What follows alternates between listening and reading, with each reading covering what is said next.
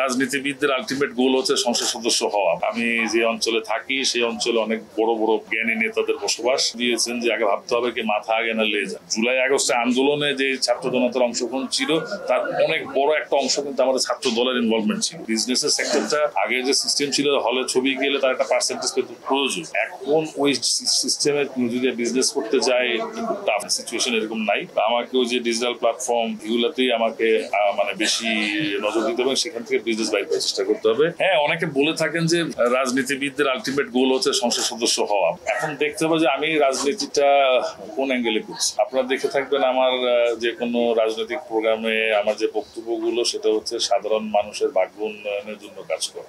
আমরা আন্দোলন করেছি, আমাদের দলের যে মোটো সেটা হচ্ছে যে সাধারণ মানুষের ভোটের অধিকার, ভাতের অধিকার, সুচিকিৎসা, ন্যায় বিচার প্রতিষ্ঠা সহকারে সমস্ত কিছু, যেটা আমাদের বর্তমান ভারপ্রাপ্ত চেয়ারপারসন আমাদের নেতা জনাব তারেক রহমান সাহেব 31 দফা প্রণয়নের মাধ্যমে সেটা ঘোষণা করেছেন, যেখানে সাধারণ মানুষের ভাগ্য উন্নয়ন তথা দেশকে সমৃদ্ধির পথে নিয়ে যেতে রাষ্ট্রের কোন কোন অঙ্গের মেরামত দরকার, রাষ্ট্র কাঠামোর মেরামতের যে 31 দফা দিয়েছেন তার মাধ্যমে আগামী সুন্দর বাংলাদেশের সম্ভাবনা নিহিত আছে। আমরা আপাতত সেটা বাস্তবায়নের চেষ্টা করছি। আর না, আপনারা যেটা শুনেছেন যে সংসদ নির্বাচন আমি আসলে করছি না বা এরকম কোনো কথা আমার সাথে পার্টির সাথে কারোর সাথে হয় নাই, এরকম কোনো সুযোগও আমার আছে বলে মনে হয় না। কারণ আমি যে অঞ্চলে থাকি সেই অঞ্চলে অনেক বড় বড় জ্ঞানী নেতাদের বসবাস। এর ব্যাপারে তো আমার নেতা জনাব রুহুল কবির রিজভী আহমেদ আগেই বলে দিয়েছেন যে আগে ভাবতে হবে কি মাথা আগে না লেজ। আমার যে মূল চাহিদাটা একটা গণতন্ত্র প্রতিষ্ঠা করা এই দেশে, মানুষের ভোটের অধিকার প্রতিষ্ঠা, গণতন্ত্র প্রতিষ্ঠা করা। গণতন্ত্র প্রতিষ্ঠা করা মানে হচ্ছে জাতীয় নির্বাচন দিয়ে জনগণের সরকার প্রতিষ্ঠা করা।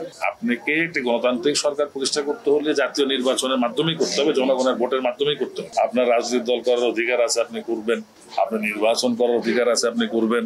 আপনাকে গ্রহণ করা না করাটা একদম টোটালি ডিপেন্ড করে দেশের জনগণ। জুলাই আগস্টে আন্দোলনে যে ছাত্র জনতার অংশগ্রহণ ছিল তার অনেক বড় একটা অংশ কিন্তু আমাদের ছাত্র দলের ইনভলভমেন্ট ছিল। তার পুরো নেতৃত্বে ছিল আমাদের তারেক রহমান সাহেবের পরে আমাদের এই যে রাকিব এবং মনিররা, ওনারা নেতৃত্বে ছাত্রদের নিশ্চয়ই ওনারা দায়িত্ববান ব্যক্তি এবং ওনারা কনফার্ম না হয়ে বা ওনারা কিছু বলবেও না। তাছাড়া যদি এরকম এখন তো অনেক কিছু এরকম হচ্ছে যে ভাই আপনার চেহারা আমার বোকাল দিয়ে জ্বালা যাওয়া হচ্ছে না। আপনাকে তাহলে আমি একটু বলি, তুফান ছবিতে দর্শক সমাগম ভালো হয়েছে।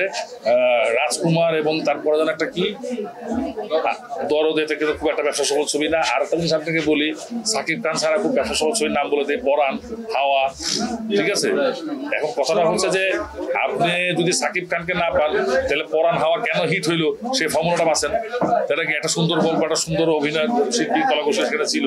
আমাদের ছবি হচ্ছে না, আমাদের মার্কেট নাই, আমাদের প্রযোজনা সংস্থাগুলো একে একে সব বন্ধ হয়ে গেছে। রেগুলার প্রডিউসার বলতে কেউই নাই। এখন যারা আছেন তারা হয়তো খণ্ডকালীন বা হয়তো কেউ সিনেমার প্রতি ভালোবাসার কারণে একটা ছবি বানাচ্ছে। তো যদি কন্টেন্ট না থাকে তাহলে শিল্পী গ্রো করবে না, শিল্পী উঠে আসার কোনো চান্স নেই। মান্না ভাই স্মৃতি উদ্দেশ্যে একটা কথাই বলতেছে যে আমি চলচ্চিত্রে আপাত মস্তক চলচ্চিত্র প্রেমী একজন মানুষই পেয়েছিলাম, সেটা হচ্ছে মান্না ভাই। আমি আরেকজনের নাম শুনেছিলাম, সে নিচ্ছেন জসিম ভাই, কিন্তু আসলে আমার কাজ করা হয়নি।